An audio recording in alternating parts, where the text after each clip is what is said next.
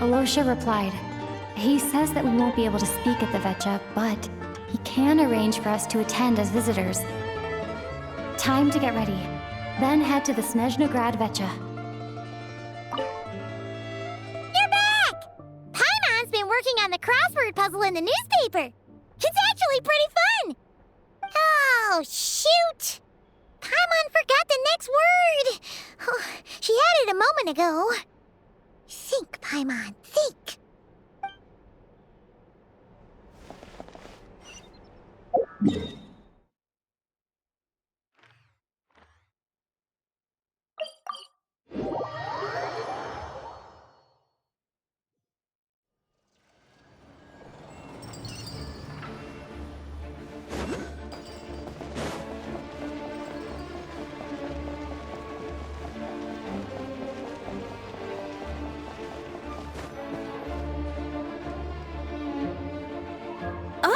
Miss Vodyanitsa, prima donna of the Korolievsky troupe. What a surprise meeting you here. Will you be sitting in on a session of the Vetcha?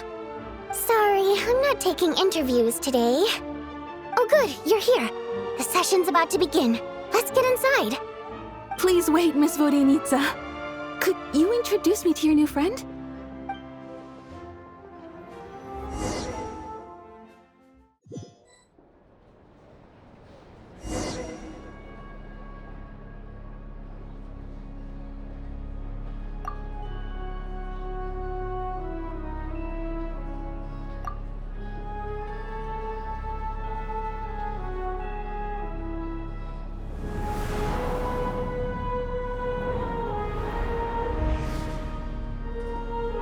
In summary, the energy management commitments made for the outgoing period have been delivered upon. Furthermore, both the production and consumption of Kresnik Crystal show clear signs of stabilizing. The relevant agencies have assessed the present circumstances and determined that the status quo can be sustained until the next period. For detailed statistics, I would refer you to the industry reports that have been distributed to all persons present. It should also be noted that while the recent blizzards have led to a significant increase in people's energy expenses, this is strictly a short-term phenomenon associated with a remotely located monster. Her Majesty the Tsaritsa is giving her full attention to this matter. We should have every confidence that it will be dealt with swiftly and conclusively. A financial report on disaster relief is also present in this report, courtesy of Pantalone. They cover the same old ground every single time. The rooster never seems to mind, but everyone else is getting tired of it. There's a general lack of trust. People aren't seeing any tangible benefits that affect them directly. Of course, none of that will be reflected in any of the reports on the table. Yeah, if it weren't for these hard copy documents, I could have at least made something up. Oh, don't mind me. I'm just out here trying to hit my interview quotas. Bring out the kvass. Ever read it? Best-selling newspaper in town. If I remember correctly, you guys don't even have a sales permit. You have to sell from stalls on the street. Okay then, best-selling street stall newspaper in town. Still counts.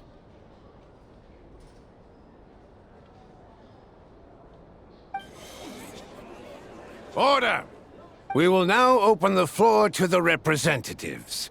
If there are no further substantive issues to discuss, we will then proceed to a vote on this motion. Snezhnaya has a long tradition of treating members of the Fatui armed forces and their dependents favorably. But recent surveys shows that Fatui families in remote areas have access to 15% less crystal than the average civilian family in Snezhnograd. It's been said many times before, but it bears repeating now. There needs to be a clear and consistent rationale behind how crystal is allocated, or we will soon face immense public backlash. Perhaps you wouldn't need to keep repeating yourself if you would hear me out for once. I say again, true consistency exists only in principle. In the real world, fairness is relative. You appear to treat resource allocation as a simple function of production and population. So what about when the equipment used in production breaks down? Have you factored that into your equation? And do you even know how long it's been since Snezhnaya last conducted a census? If I knew the answers to questions like that, I'm sure I'd be a very wealthy man. And I doubt I'd be going by child. I'd like to bring the focus back to the specific issue I raised. Or do you wish to deny that favorable treatment for Fatui dependents is our long-standing policy? It's easy to be a critic when there's no accountability. That seems to be a running theme in the anti-Project Stuja cohort. Defeat the ringleader and all other problems will magically resolve themselves. That's what they seem to think. But in case you aren't aware, not one jot in my report would change whether Project Stuja continues or not. So you have no intention whatsoever of finding a solution to this problem? On the contrary, I'm the only one here who ever brings solutions. Child opened by speaking up for the armed forces. Regrator struck back with style and a war of words ensued.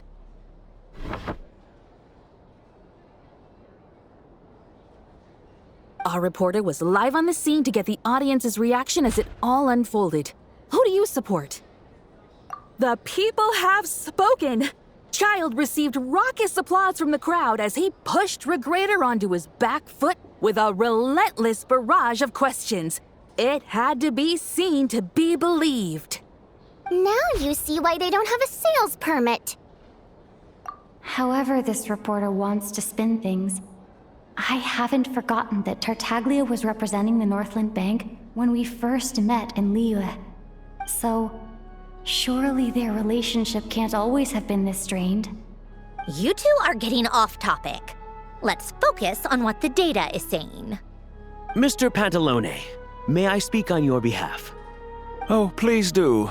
I'm more than happy to save my breath. Crystal distribution policy undergoes modifications with each new period. The ultimate goal being to find the most reasonable method of allocation, which I believe is what Mr. Tartaglia also seeks. But I fear many may have been misled on this topic by extremist activists. To clarify, Project Stuja is not the root cause of the problem. It is merely a framework for resource distribution. The most recent reports all point to Snezhnaya's resilience and adaptability during this period of fine-tuning, and give clear indications that a distribution framework is improving with each iteration. To make drastic adjustments without first considering the risks would likely do more harm than good. It would be a waste of the hard-won experience we've gained to date. Renowned scholar of finance, Arapov spoke up to clarify the fiscal logic, clearly alluding to social organizations like the Rokot in his words. With the notorious Lelek still active to this day, should the Rokot be held responsible? No, there is someone else to blame. She's just rephrasing what Mr. Pantalone said. The Rokot are the critics he accuses of taking no responsibility for their actions. As for Lelek, you won't have heard of him yet. He's currently the most famous member of the Rokot. Well, more like infamous. Ending Project Stuja has become an obsession for him. Unlike the more decent ones among us, he believes that votes in the Vetcha are all that matter. So whether it's threats, coercion, or bribery, he'll use whatever means necessary to get people to change their vote. And since we're already on the subject, what do you think of Lelek's methods? Are you for or against? Well, whatever the story is, his actions benefit us all. We stand with Lelek. At least someone here wants to take this discussion seriously. I've been considering that issue myself. What you really need is more precise regional data, right? I think it would be easiest to let the Fatui handle it, since they're already in charge of Crystal shipments anyway. We may as well get them to collect some data while they're at it. Whatever you need, you can ask the Fatui to look into it for you. In terms of supervision, I think the Druzhna would be a good fit. I had hoped to discuss this with Miss Vesna, but sadly, she's not present. I will be happy to take a note of your suggestions and present them to Commander Vesna for a decision upon her return. The commander has always taken a keen interest in Project Stuzha. However, given the Druzhna's demanding workload, I'm afraid it may prove difficult for them to provide any practical support. Let us refrain from jumping to conclusions until a concrete and actionable plan is in place. My apologies, Lord Rooster. There are numerous issues to address here, including manpower, time sensitivity, and reporting lines. Nevertheless, I support drafting a proposal. Follow the usual procedure, and it can be raised as a new motion for all parties to evaluate at the appropriate time. In that case, I'd like to share one thought before the proposal is drafted. The issue of time sensitivity was raised just now, which I presume relates to the official reports. In fact, the Energy Commission already collects regular statistics on each urban center and its surrounding area. Would these be of any use? That's a good idea. I read every issue of Svietlolaidovka's report, and although my focus is mostly on the section about equipment operation, the energy consumption statistics also yield a lot of insights. Be that as it may, does no one see an issue with using local data to determine crystal quotas? In the long term, it seems like a very risky solution. Not if they are used purely for reference. So long as we have the report from the Northland Bank's headquarters to corroborate it, no one will be able to fool me. Very well, then. It appears that this arrangement is acceptable to all parties. Yeah, sounds good to me. The members reached a provisional consensus on the issue of improving treatment for Fatui soldiers.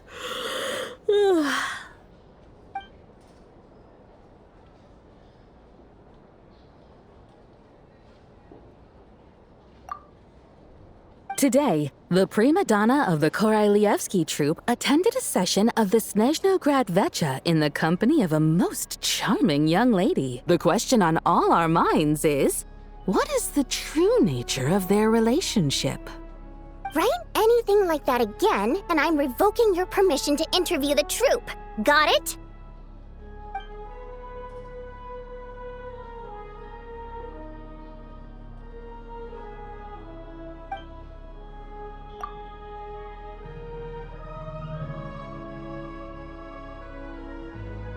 Now then, if there are no further contributions from those present, we shall proceed to the final vote. Hey, check it out! What made him vote against? Why now?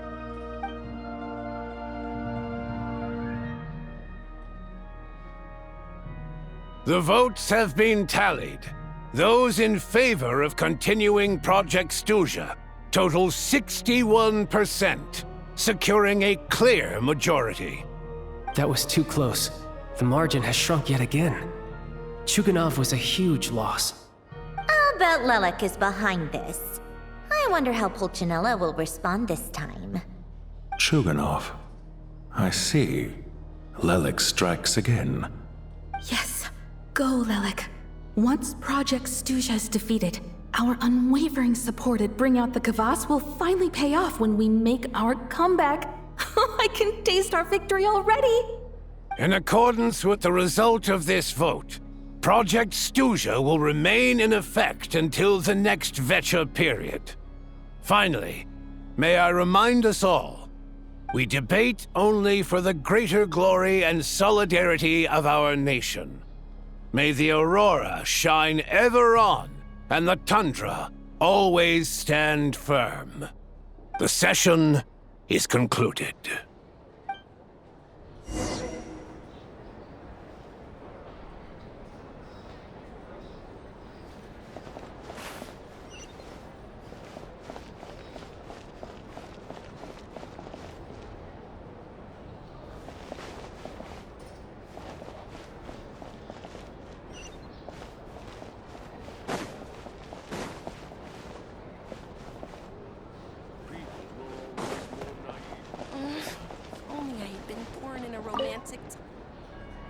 I have to say, I really wasn't expecting Chuganov to vote against Project Stuzha.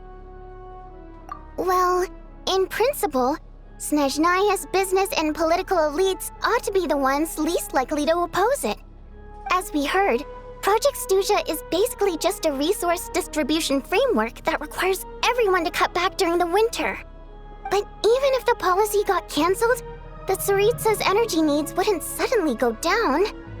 The extra demand from the public would have to be filled from somewhere.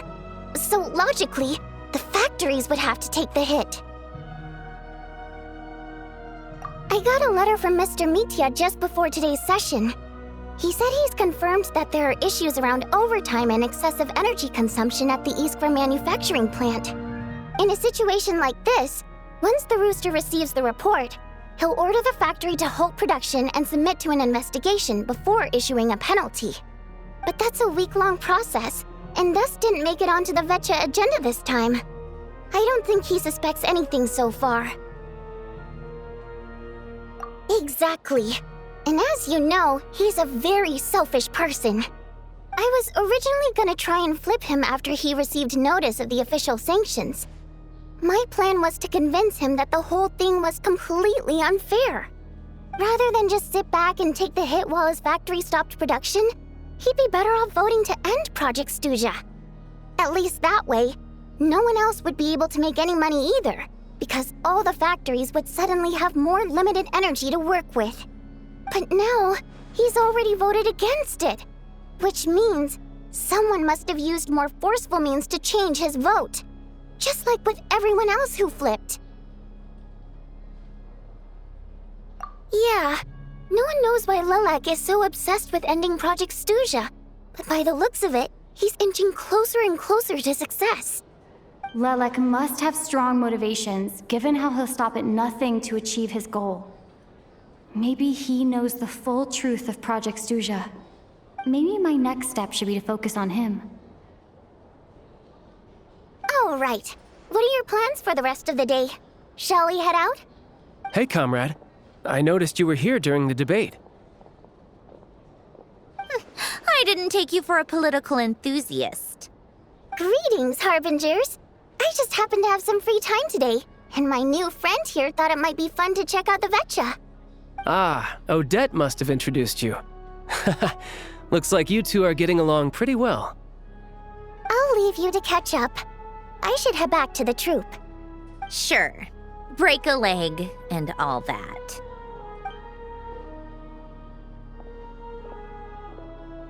Thought it might be fun to check out the Vetcha, did you? Things are never that simple with you, Traveler. There's no way you're here for kicks and giggles.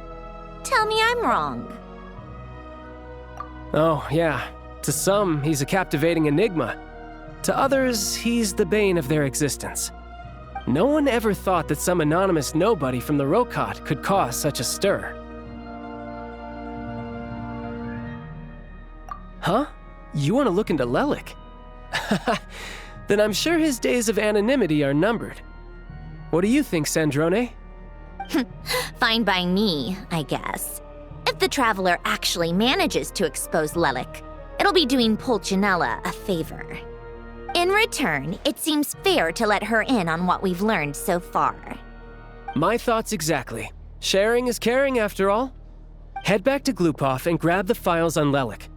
It's easier to just pull the records than go through the rigmarole of getting the Traveler a visitor's permit. As you command, child, sir.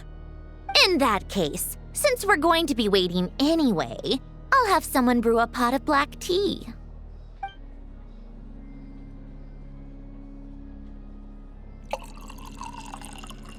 One common thread among the many incidents Lelik has been involved in is that the victims are all too scared to share any real information about him. Clearly, he must have threatened them in some way. His modus operandi is to silently infiltrate the scene and leave a threatening letter behind. But neither the letters nor the crime scenes ever yield any clues to his identity. So all these files have to offer are short statements by the people affected. They don't give us a lot to go on. If nothing else, it shows we're dealing with a trained professional who's versed in counter-surveillance. Yes, and to that point, he often strikes in highly secure locations. The victims are high-ranking and influential people who take their personal security very seriously. Somehow, Lelik slips right into their rooms without making a sound. There's never any eyewitnesses, nor the slightest trace of a break-in. If he can get in and out undetected, it means he can strike without warning. Not that that's ever happened so far, but the thought is enough to scare these people sleepless. It's hard to believe that a human being could pull this off flawlessly every time, so they switched the focus of the investigation to Faye. Unfortunately, no one's found anything yet. Careful, don't underestimate me. Although truth be told, I'd probably find it hard not to blow my cover. Direct confrontation is more my style. We haven't ruled out the possibility of Lelik being human. It's just, there can only be a handful of people in all of Teyvat who'd fit the profile. Faye, on the other hand, plenty would have the ability, but few would have the motive. No, not as strong as me. You'll never find the culprit with criteria like that. Let's go with a little weaker than me. There's no denying that Master is strong, but meticulous. We can only hope. She's just trying to find a reference point. Stop getting fixated on who's stronger than who. But that's the most important thing. In my opinion, anyway.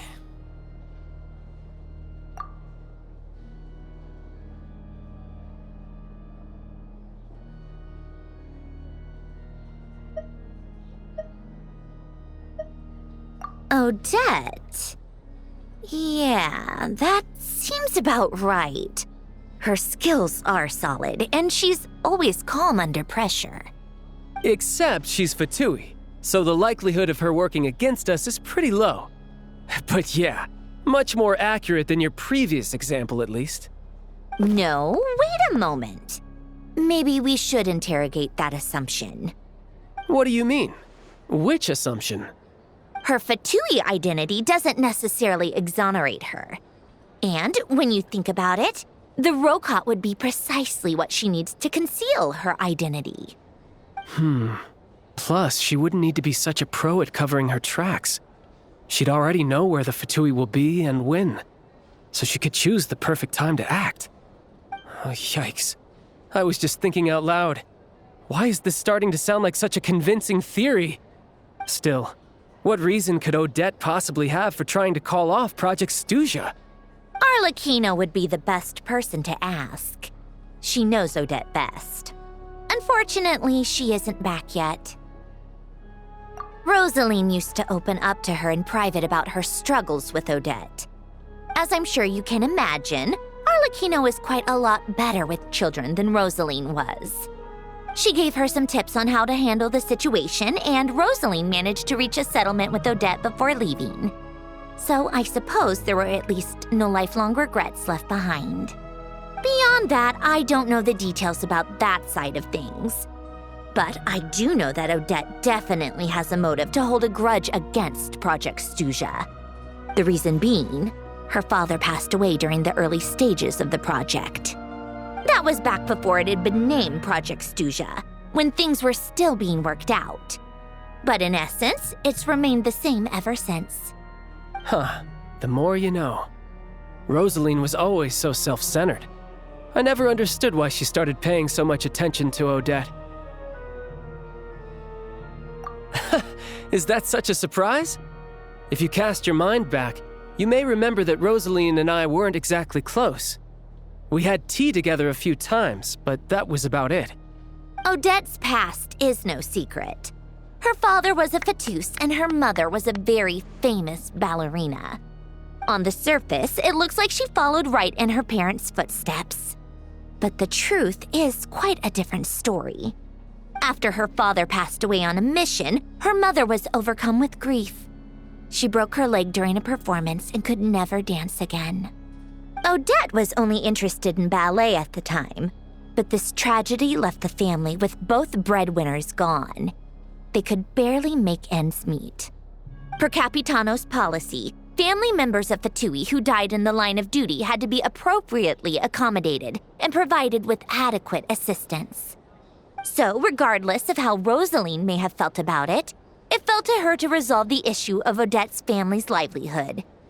In the end, The solution they agreed upon was to have Odette join the Fatui. Right, because the alternative would have been a one-off compensation payment, I guess. In that sense, joining up was definitely the better option. Still, she must have had mixed feelings about it, right?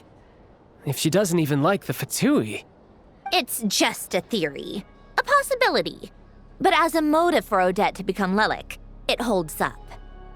That said, I have no idea where Odette's head is at right now, or what her conflict with Rosaline was about.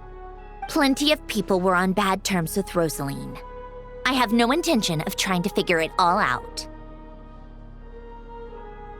Yes, but there's not much point in discussing that now. Yeah, back to Lelik. Since our investigations so far have turned up next to nothing, we've got nothing to lose by trying a new angle. Funnily enough, Tonya and I had actually made plans to go to the theater tomorrow to watch Odette's rehearsal. Unfortunately, thanks to this Lelik situation, I'll be stuck working overtime again. Which means you can go in my place. No point wasting the ticket. Plus, you'll get to meet Tonya. Spirit Seeker. Quite the classic ballet. It was passed down through Odette's mother's family for generations, though it hasn't been performed in years. But Odette's been practicing it diligently, and it's finally ready for a return to the stage. Excitement is through the roof. Tickets for the official performance sold out long ago. Tonya's excited for it too. She's desperate to see it no matter what. Personally, it's not really my kind of thing, but since she's my little sister, I had to figure something out. I've actually seen it several times before. The story's pretty straightforward. The lead character follows a trail of clues left behind by a spirit, gradually recovering her memories along the way. It's a tale of love and regret. So not exactly reinventing the wheel, at least by today's standards. But when that classic melody kicks in and the lead character begins to dance, it always gets me. It really is beautiful. Not an easy dance to do justice to, though. I know it's always been Odette's dream to perform this piece, but I'm not sure she's really ready. In that case, I think that even if she is Lelik, we should wait until her performance is over before we respond. I'll let you take it from here, comrade.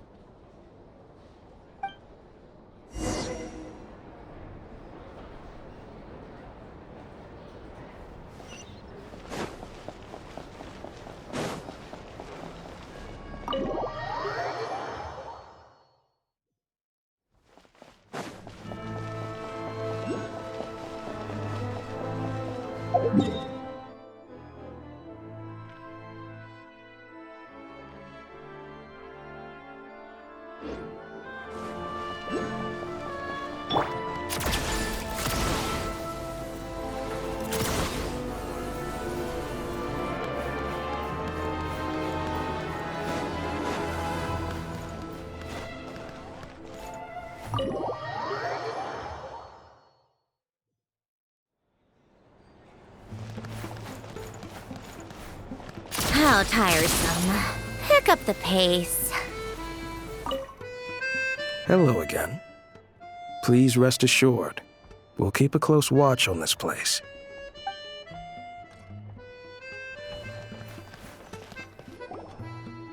Sounds like you've made a ton of progress today. It's good that everything's going so smoothly. Next step is to head back to the theater and get a clear answer from Odette. Either way, Paimon doesn't get the sense that she's a bad person. Sure, she might have done some pretty extreme things, but Paimon bet she has her reasons.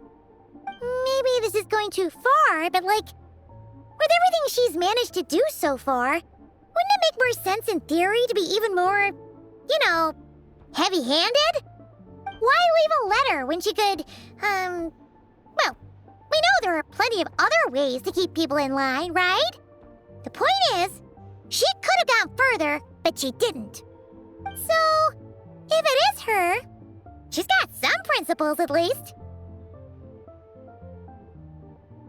Yeah! Well, all you it can do is follow the facts wherever they lead. No change, really. But that thing Paimon told you about yesterday? Paimon feels like she can sense it more clearly now. Hearing you talk about your day makes Paimon itch for an adventure. If only she could be there with you so we could experience it all together. Yeah, I wish you could be there too. I'm not used to adventuring alone. But don't worry, we'll get to the bottom of this. Guess it's just one of those things. Never mind. Paimon will behave herself and keep resting.